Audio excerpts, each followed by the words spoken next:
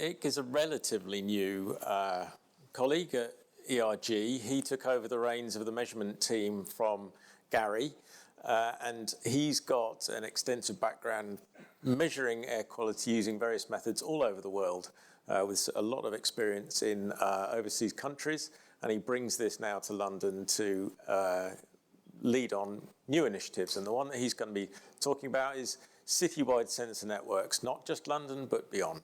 Thank you. Thank you. So another title could have been near future air quality monitoring, because it seems more and more clear as regulations and agendas evolve that cities are taking the lead in many cases regionally for air quality as we go forward, and climate action as well, of course. So here we have the traditional air quality management cycle. At the top we have our goals, all underpinned by ongoing observation and evaluation, with the cycle continuously being reviewed based on new scientific evidence as well as public sentiment. That's an important element in this as well. Increasingly, we have international groups such as the C40 and the Asian Smart Cities and the Pan-African nations taking the lead on setting those goals. And once you've set those goals, of course, you have the cascade of impact downstream of determining what reductions you require, developing your control strategies, implementing those programs, and so on. With federated authority and increasing statutory powers, these cities are enabled to take those actions in a way that maybe national bodies are slightly more constrained in doing, in as much as they don't have quite the same amount of complex politics to deal with to get something put in place.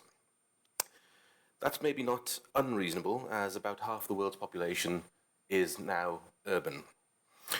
And as we start asking questions about street level variation, local emissions, benefits of green spaces, open spaces, that kind of thing, we need local measurements to try and inform our analysis.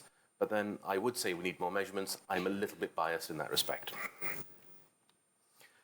So we're talking about cities, but actually there's no real globally accepted definition of what a city is. We can talk about cities where many people live. We can talk about availability of services and concentration of populations and industry. But actually, depending on where you are, you can go from the city proper to more your urban agglomeration around it. But my personal preference is to use either metropolitan area or the functional urban area, which takes into account commuting patterns, population movement according to the day. So you can actually start talking about people's exposure properly, as opposed to just saying the concentration in the middle city is X. We're now starting to think about what we can do to mitigate people's exposure across their daily pattern. And for that, you need to have a slightly wider definition of what the city is. And of course, as you define the city, you start defining what actions can be taken. Interestingly, one of the emerging definitions of cities under EU regulation talks about the impact of that city in its wider domain and the power that city has, both economically and in terms of controlling national policy. Cities are exerting that power more and more. They're flexing their muscles in terms of regulation. So, however you define the city, they're growing, they're changing. In many countries, certainly across sub-Saharan Africa, a city used to be defined as somewhere where agriculture isn't happening, or where farmers aren't, is another definition there. But now we're starting to talk about population thresholds more and more. Regardless of how we define our geographic area, we can talk about population. So, in the year 2000, there was estimated to be around 300 cities globally with 1 million inhabitants or more. It's expected by 2030 that we're going to hit more than 700 of those. And we hear a lot about megacities. So the plots on the slide here, you see the cities with 1 million inhabitants in 2018, and you then below it the 2030 plot. The megacities plot shows the megacities in 2018 in bluey purple, and then in pink, the expected megacities in 2030. Surprisingly, London, by the current definitions, isn't a megacity or is on the verge of truly being a megacity, which is an assumption that people make is London megacity. Paris, I think, is the only one in Europe considered currently to be a megacity.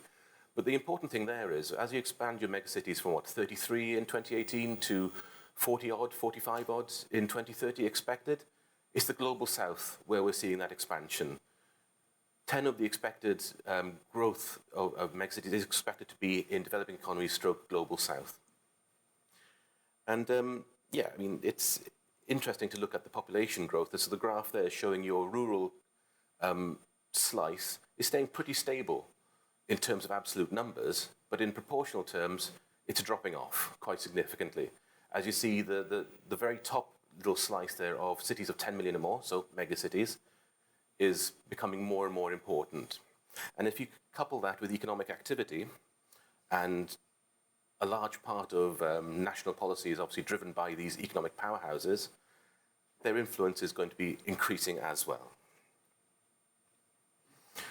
So this slide shows the UNEP Strategic Development Goals on sustainability, so SDG 11, Sustainable Cities and Communities. And what we're seeing is with rapid urbanization and unplanned urbanization, we're degrading our environment, and that's actually coupling with decreasing levels of access to clean air. And I do like to think of it as access to clean air as opposed to deteriorating air quality, because looking at it on a global scale, it's about increasing populations and their exposure to detrimental levels of air pollutants and what that does to their lives and lifelong expectations, what they can or can't achieve in terms of health and opportunities. My understanding is we have about 3% of the world's surface technically covered by cities, but they're taking in 80% of energy consumption globally. That's a completely disproportionate shift. I mean, we can talk about populations, but the importance of these cities is there. The plot on the other side, I don't know left or right, I get confused looking between the screen behind me and the one in front of me. We're looking at urban sustainability according to the Europa model. And the reason I've thrown that up there is they're looking at it through those 6 lenses. So you've got low carbon cities, you've got your green city lens, you've got your resilient city lenses, inclusive city lens, your circular city, your circular economy lens, and your healthy city lens. All of those need to be taken together, and all the agenda items behind them are needed to start talking about sustainable cities, which is analogous to looking at clean or greener cities. So, regulatory networks, where I'm more comfortable. We've got the London-wide network here, and the South African SACIS network here. As you can see, there's a concentration of measurements has, over the years, been on cities or population areas of higher population density. And as you have the devolved powers and more federated powers, they're also being able to set targets and those goals, as I mentioned earlier on. But when you look at most of the world, as I hope this slide shows, there are big data gaps on the macro scale. Now, this figure here is slightly out of date, it's a bit old, and it doesn't show up all the national agency distributions, but fundamentally, there's not enough data being produced on the macro scale to understand many of the emerging cities in the global south. It does look all right when you look at, say, India there. It looks, oh, well, they've got that covered. But Indian authorities cover about 300 to 500 reference sites across its towns and cities, and that sounds grand. But that's out of nearly 5,000 towns and cities, recognized towns and cities across India. So what you're talking about, if measurements are actually made in an urban center, it's 1 or 2 sites. And then it's actually less than that, because you consider places like Delhi or Mumbai are sucking in the observational studies. So it's actually, there are huge gaps. But importantly, the gaps on the macro scale are also reflected on the micro scale. So the picture there was taken by one of my students when they were taking measurements in, I forget if it's Accra or Takoradi, one of the 2 cities of coastal of Ghana. And at the time, Ghana was represented by 2 instruments, one of which wasn't currently working. And it was then taking that measurement as being representative for the whole area. And they're also taking those measurements to then understand what the other city was doing. So if they were in Takoradi, they were making assumptions regarding Accra. And if there was an Accra, I should remember where that is, but that's terrible. But if the measurements were in Accra, they're taking it to mean this is what's happening in the other cities. Now, as you can see here, there's a complex mix of sources. You've got unpaved roads, you've got large amounts of loose topsoil, sand, we've got an aging and very motley vehicle fleet with very little regulation in terms of ongoing maintenance of that fleet, and you have the elephant in the room there. Someone set fire to something fairly significant. And all of these things are not going to be necessarily picked up with a low density, relatively sparse reference network. That network is critical to ongoing infrastructure, but we need to be talking about supplementing it. Now, when I talk about that hyperlocal structure. There's no real definition of hyperlocal, but what we're talking about is street-by-street variation as it affects people as they go through their daily lives. This is from a study we did way back when in Cambridge, where you can see the cascade of plots there. We put out a number of sites. I think we ended up with something like 30 or 40 sites dotted around Cambridge, Greater Cambridge area. That area is usually serviced by 3 reference sites with 2 council sites specifically for PM, as I recall. Now, looking at the monthly CO data, which is the cascade there, at the top, you got your month of information, lots of information in there. But as we went down in our scales, we were seeing information at all the measured scales we looked at. The more detail you had, the more difficult it was to understand what's going on. And similarly, showing with the map here, we're seeing the spatial distribution across the whole domain, where we're seeing very, very different patterns. And it wasn't necessarily inner Cambridge poor, outer Cambridge better. It was very much tied into traffic patterns. In one case, there's a site towards the south of Cambridge towards Huntingdon area, where there was just a set of traffic lights which happened to be very, very slow.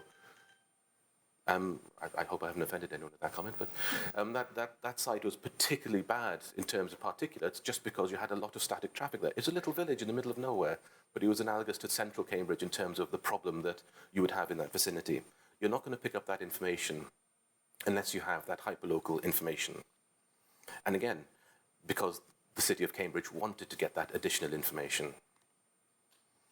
So as I mentioned, I won't go into source apportionment here, but the fundamental point about hyperlocal monitoring is that it allows you to identify those local hotspots. It allows you to do source apportionment, to find causes, to find individual sources and pinpoint sources and areas in terms of pollutants, and also understand better the transport of pollutants across a domain.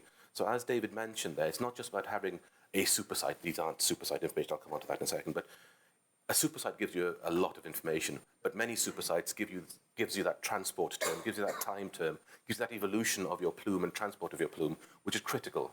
And that's hyperlocal monitoring feeds into that. But it also enables targeted, cost-effective strategies to improve air quality. So you can really look at, I want to deal with this street, I want to deal with this hospital or this particular issue, or in Cambridge, this set of traffic lights. And it lets you look at whether it worked or not. And that's something which is very valuable, especially when we have resource-constrained councils in the UK on boroughs, but also globally where you have resource-limited countries. You can't be spending a lot of money on what is economically impactful green policies without knowing that they're actually working and they're effective.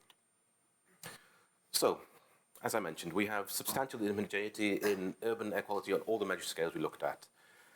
Now, there's the approach, the reference sites are usually coupled in the UK with diffusion tubes, and I usually throw some salt on my shoulder or spit on the ground when I mention diffusion tubes. So I remember going to use them in the field and having to triple locate them and remember where we put them and find them and send them off to the labs and stuff. They were very, very people time intensive, so I'm very keen for them to be replaced.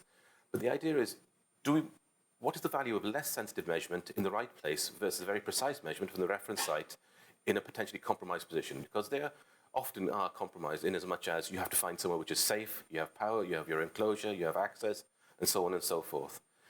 And it's not about a competition between them.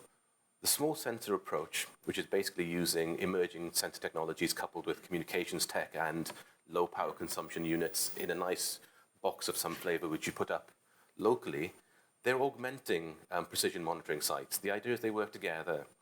And as I mentioned, I'd like them to replace existing low-cost solutions. The trick being that you want to retain a certain data quality, the appropriate data quality, whilst reducing your relative cost so you can increase your deployment density across your domain. Now, without some traceability or calibration, some faith in the measurements that are being made, there's really not much point in putting more measurements out there. There has to be intercomparability between the networks. There has to be a reliable way of comparing this newer approach of using small mobile sensors or static sensors which are deployed in high densities against the traditional network. And one way to do that is to share the existing compliance infrastructure calibration approach. Now, there's no current accepted calibration stroke validation system for small sensors. There are some upcoming in the EU and in the UK and in the US, but there isn't really one which is currently widely accepted. The particulates will come first, gases following that, but it's tricky at the moment. One way we're approaching this in the ERG is taking calibration between the dense network, transferring value of standards from the reference sites to the small sensor network. That gives us a lot of information about the network health, but it also allows us to transfer that value from what is a very, very good network of reference sites across London and transfer some of that confidence into the small sensors. Without regular calibration, obviously monitoring data is not much good, but you also have to have that QA/QC. You have to have the reporting with a reliable and credible QA/QC protocol to allow you to have that traceability of standards and methodologies. Otherwise, you can't take it to policy. So I'd like to talk now about an example of citywide monitoring, which has been enabled by city-based goal setting. So London wanted to do something about hyperlocal pollutants. It took action, and we ended up with a very successful program. Well, at least I think it is anyway. So Breathe London, it's a community-led air quality sensor network. It's about close integration of low-cost sensors with the London Air network. The core network was funded by the Mayor of London's office, with Bloomberg supplying additional community nodes. And it's about supplementing London's reference network. It's not in any way about replacing, it's about supplementing it. And it provides a hyperlocal element, and it is expanding monitoring into different types of areas in places which are more difficult to reach with reference sites, with a community focus, and it's about a scalable and operational network. So it's not a pilot study, it's not about putting out a dense network, looking at it for 6 months or 1 year, and then going, what next? It's an operational network we're running in parallel with the LAQN. And it's about gathering socially actionable and scientifically useful data. So, lots of dots, rather alarming. The small map there is showing the Breathe London network in 2021, so roughly when it started. This is the operational phase of Breathe London. There was a pilot stage before that. We had about 21 sensors, or 28 sensors at that point. Bearing in mind the Mayor of London funded 136, Bloomberg 60 over 3 years. And the big map there is showing 1st of September this year, and there's about 422 nodes dotted around there. Now, we have over 170, near to 190 school or school-adjacent deployments in that, and we have 6 more cultural deployments, and we have a large number of them associated with hospitals or surgeries across London. The idea being that we want that broad distribution, but we also want to be looking at specific areas where you have sensitive receptors and want to be taking action.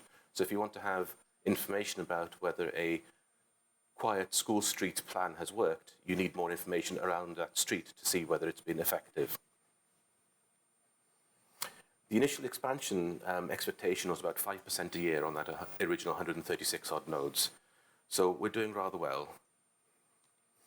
But the key part of it is about the value transfer between the reference network and the small sensor network. There's absolutely no point in just running them and trusting your luck. You have to have that traceability and QA/QC between them. And there's a picture of the Honor Oak site with a batch of sensors on test and a schematic there of the 2-stage QA/QC process we use for the nodes. Going on to where next for citywide monitoring. True operational hybrid networks are needed to leverage the value between the sparse but high-resolution reference sites and the lower resolution but appropriate resolution small sensor networks. But you need to have best practice protocols in place to allow that intercomparability. Traceability calibration is critical to that. Indoor air quality has to play a larger part as we go forward. I'll point you well home, and that's for other people to talk about, but please do take a look. As satellites become more and more, I'm going to say the word useful here, that's probably not the right word, more appropriate for use, they're going to be folded in more and more with city-based work. We're going to be starting to look about variable density capacity networks, so changing the network. It doesn't need to sit in aspic. It can be changed. It can be varied depending on events, depending on changing population patterns, whatever it happens to be. Densification is part of the solution, but not for the sake of it. The key thing is to optimize, to avoid redundancy areas of undersampling and oversampling. And again, the key point is to drive local scale policy. Of course, we have to expand further into PM. We need to be looking at greenhouse gases and more esoteric species. Breathe London is looking at NO2 and PM 2.5 only. But these are areas we need to be building into. And we need to be exploring the use of alternative platforms. Possibly drones, but it has to be needs driven as opposed to that's a neat concept. Because it will, it's an area of active research. And I'll finish with this slide there. Citywide adaptive sensing is really where it seems to me a lot of work is being done. We're mapping air quality at high resolutions previously unattainable with traditional approaches only. We're filling extensive global knowledge gaps at macro and micro scales. And we're looking at site-specific variants of this core model. The inset plot there is talking about pollution, coupling it with public concern about air pollution, actions on pollution control, and urban air pollution. So it's a conceptual map of where urban air pollution could go as public concern and actions increase. The plot, the big map there shows population 1950 to 2030. The 2030 population is in the lighter blue. And I swap between being rather frightened of this plot and rather liking it. I'm not sure which it is on a day-to-day basis. The little Breathe London mascots, the size indicates the density of the network in that particular domain, and how we transfer between the reference sites and the small sensor sites the calibration value. And ideally, I'd like to be seeing, on a global scale, a true approach of hybrid monitoring in each of the cities, and then those cities talking to each other and providing information to each other to cover that global picture.